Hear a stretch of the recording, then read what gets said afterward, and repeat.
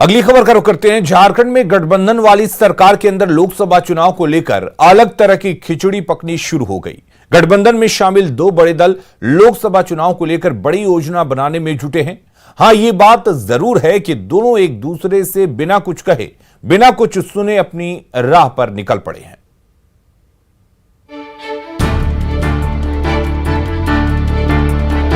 देश में इस वक्त भले ही उत्तर प्रदेश चुनाव की चर्चा हो रही हो, पर झारखंड में इससे अलग लोकसभा चुनाव की खिचड़ी पकनी शुरू हो गई है। प्रदेश में हेमंत सोरेन की अगुवाई वाली गठबंधन सरकार में कहने को तो जेएमएम, कांग्रेस और राजद शामिल है, लेकिन लोकसभा चुनाव की बात करें तो राजनीति के अंदर खाने हर कोई अपनी खिचड़ी पकाने में जुटा है। खासकर जेएमएम और कांग्रेस की रणनीति पर नजर दौड़ाएं तो ये साफ तौर पर झलकता है।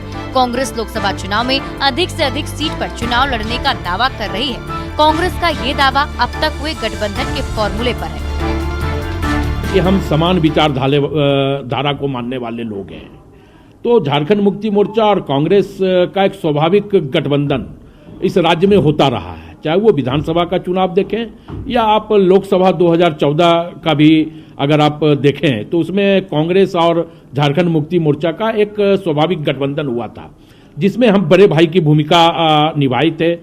झारखंड मुक्ति मोर्चा भी उसमें थी और राष्ट्रीय जनता दल भी उसमें था।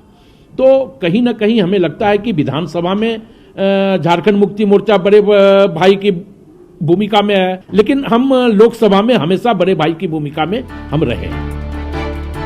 झारखंड में हाल के दिनों में हेमंत सोरेन सरकार के कुछ निर्णय ने भविष्य की राजनीति की ओर इशारा करना शुरू कर दिया है। जेएमएम भविष्य में एकला चलो की राह पर आगे बढ़े तो ये हैरानी वाली बात नहीं होगी। दरअसल जेएमएम प्रदेश में स्वतंत्र रूप से चुनाव लड़ते हुए लोकसभा में अपनी भागीदारी को बढ़ाने का लक्ष्य लेकर आगे बढ़ रही है। ऐसे में कांग्रेस के फॉर्मूले पर सीट का बंटवारा होना संभव नहीं दिखता।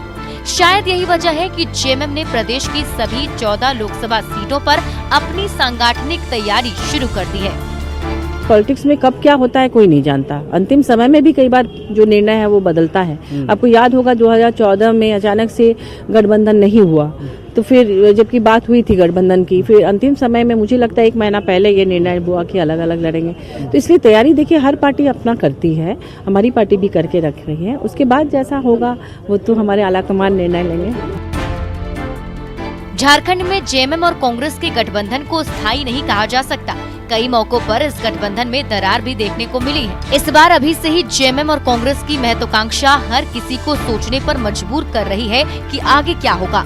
वैसे अभी लोकसभा चुनाव में वक्त है और दिल्ली दरबार के बगैर अनुमति के जेएमएम और कांग्रेस का गठबंधन ना तो हो सकता है और ना ही टूट सकता है।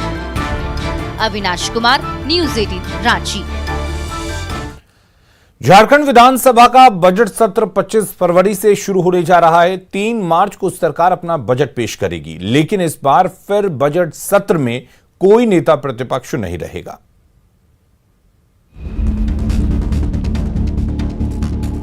झारखंड की पंचम विधानसभा का 8वां सत्र भी बिना नेता प्रतिपक्ष के चलेगा। राज्य में हेमंत सोरेन की सरकार के बनने के बाद विधानसभा के 7 सत्र चले, जिसमें 2 बजट सत्र, 2 मॉनसून सत्र, 1 शीतकालीन सत्र और 2 विशेष सत्र शामिल हैं। इन सभी सत्र में विधानसभा को नेता प्रतिपक्ष नहीं मिल सका। 25 फरवरी से विधानसभा का बजट सत्र शुरू होने वाला है, जो करीब 1 महीने तक चलेगा, लेकिन इस बार भी सदन के अंदर नेता प्रतिपक्ष की कुर्सी खाली रहेगी। विधायक दल के नेता बाबूलाल मरांडी का नाम बीजेपी ने नेता प्रतिपक्ष के लिए दिया है, लेकिन दल बदल के तहत उनका मामला स्पीकर के न्यायाधिकरण में लंबित है। स्पीकर महोदय को चाहिए कि जब भारतीय जनता पार्टी के सभी माननीय विधायकों ने सर्वसम्मति से माननीय बाबूलाल मरांडी जी को अपना नेता मान लिया, तो इन्हें विधायक दल के नेता के रूप में मान्यता देनी चाहिए थी।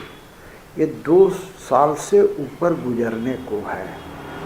इससे स्पष्ट झलकता है कि कहीं न कहीं सरकारी दबाव में माननीय स्पीकर महोदय राजनीतिक दबाव झेल रहे हैं। यही कारण है कि वो मान्यता नहीं दे रहे। दरअसल किसी भी सरकार का सबसे महत्वपूर्ण बजट सत्र होता है। झारखंड विधानसभा में लगातार तीसरे साल बगैर नेता प्रतिपक्ष के सत्र चल रहा है। भले ही विपक्ष के द्वारा नेता प्रतिपक्ष के मामले पर साल 2000 के बजट सत्र को हंगामे की भेंट चढ़ा दिया गया, लेकिन इसका असर नहीं दिखा। इस मामले पर समाधान की बजाय सत्ता पक्ष राजनीति करने में लगा हुआ है। तो जो मामला विचाराधीन है, दल बदल का जो मामला चल रहा है, तो वो तो स्पीकर कोर्ट में विचाराधीन है, उसमें प्रक्रिया होती है। और इस प्रक्रिया को आपने देखा होगा कि पिछली सरकार जो थी रघुवर दास की, 4.5 साल लगे थे स्पीकर को फैसला देने में, उससे भी ज्यादा। तो इस बार ये कैसे उम्मीद कर रहे हैं, जो प्रक्रिया होती है उस समय थी वही प्रक्रिया कमोवेश इस बार भी होगी।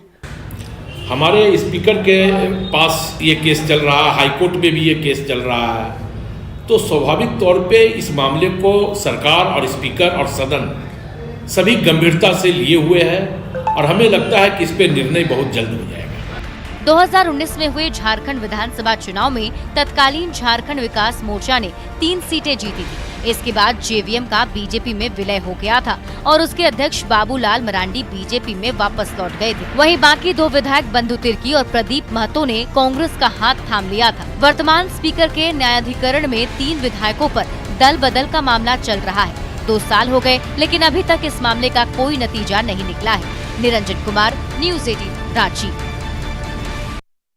सीतामढ़ी के जिला मुख्यालय डुमरा में जेल आरक्षियों को रहने के लिए बनाया गया भवन काफी जर्जर हो चुका है। भवन का फट चुका और छत जो है वो पूरी तरह से टूट चुका है और छड़ भी छत को छोड़कर बाहर आ गई है, जो कि बड़े हादसे को न्योता दे रहा है।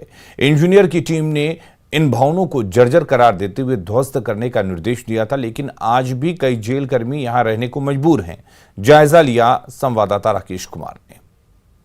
मैं इस वक्त मौजूद हूं सीतामढ़ी के जिला मुख्यालय डुमरा में, और जिला मुख्यालय डुमरा में जेल आरक्षियों के रहने के लिए 1980 में यह विशाल भवन का निर्माण किया गया था, लेकिन आज की तारीख में यह भवन पूरी तरीके से जर्जर हो चुका है। तकरीबन 15 साल पहले अभियंताओं की टीम ने इस भवन में किसी भी तरह के आदमी या कोई भी व्यक्ति के रहने पर पाबंदी लगा दी थी और इसे खतरनाक भवन करार दिया गया था और इसे क्षतिग्रस्त करने की भी अनुशंसा की गई थी। लेकिन आप तस्वीर देख सकते हैं, जो जेल के आरक्षी है अभी भी इसी भवन में रहने का काम कर रहे हैं और जान जोखिम में डालकर वो किसी तरीके से इसी भवन में रह रहे हैं। हमारे साथ कुछ लोग हैं, उनसे बात करते हैं। बताइए कितना डर लगता है इसमें रहने में? हम लोग को इसमें रहने पर तो काफी डर लगता है, पर क्या करें, परेशानी है, जैसे तैसे रह रहे हैं। अच्छा, कभी बताया नहीं, मतलब दूसरा कहीं मिल जाता रहने के लिए? ये काफी खतरनाक है। हम लोग अभी नए नए आए हैं, यहाँ के एरिया के बारे में कुछ ज्यादा जानकारी नहीं था। और इस भवन में रहने वाले के ऊपर हमेशा मौत की नंगी तलवार लटक रही है, लेकिन विभाग को इसकी तनिक भी चिंता नहीं है। राकेश रंजन, न्यूज़ 18 सीतामढ़ी।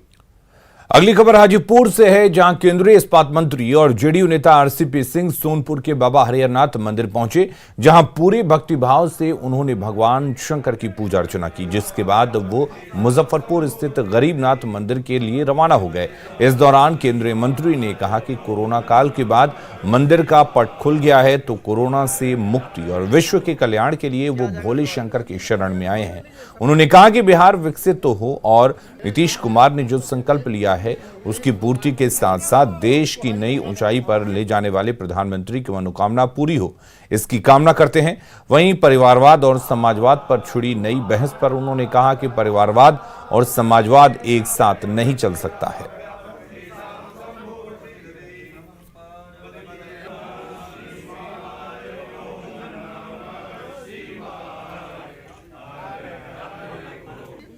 तो यही कामना हम लोग सब आज आए हैं कि भाई ये जो विश्व में त्रासदी आई है कोरोना, ये जल्दी समाप्त हो और जो हमारे बिहार में नेतृत्व करता है आदरणीय नीतीश बाबू, जिस संकल्प और जिस दृढ़ता के साथ काम कर रहे हैं, बिहार हमारा एक विकसित प्रदेश बने और हमारे आदरणीय प्रधानमंत्री जी पूरी ऊर्जा के साथ हमारे देश को जिन ऊंचाइयों पर ले जाना चाहते हैं, भारत को एक सशक्त राष्ट्र बनाना चाहते हैं, उसमें कामयाबी मिले। उत्तर प्रदेश सीमा पर लगे गोपालगंज में लाखों लीटर डीजल और पेट्रोल की तस्करी हो रही है, जिससे सीमावर्ती इलाके के पेट्रोल पंप मालिकों का कारोबार बंद हो रहा है। राज्य सरकार को भी डीजल के अवैध कारोबार से करोड़ों रुपए के राजस्व का नुकसान हो रहा है। उत्तर प्रदेश से सटे गोपालगंज के 8 प्रखंडों में अब तक 3 पेट्रोल पंप घाटे की वजह से बंद हो चुके हैं, जबकि 6 पेट्रोल पंप बंद होने की कगार पर हैं। दरअसल उत्तर प्रदेश में बिहार से डीजल 6 से 7 रुपए और पेट्रोल 10 से 12 रुपए सस्ता है। अकेले गोपालगंज में हर महीने 90 से 150 लाख लीटर डीजल बिकता था, जो घटकर अब 40 से 55 लाख लीटर रह गया है और बिहार सरकार को करोड़ों रुपए के वैट का नुकसान हो रहा है।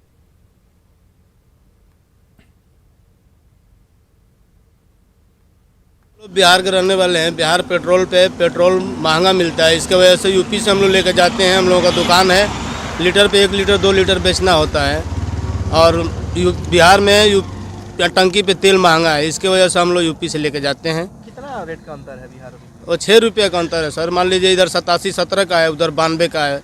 पेट्रोल पेट्रोल इधर है 95-66 का और उधर है 100 का। बिहार में 12 रुपये पेट्रोल 6 रुपये डीजल महंगा है उत्तर प्रदेश के बनिस्पत।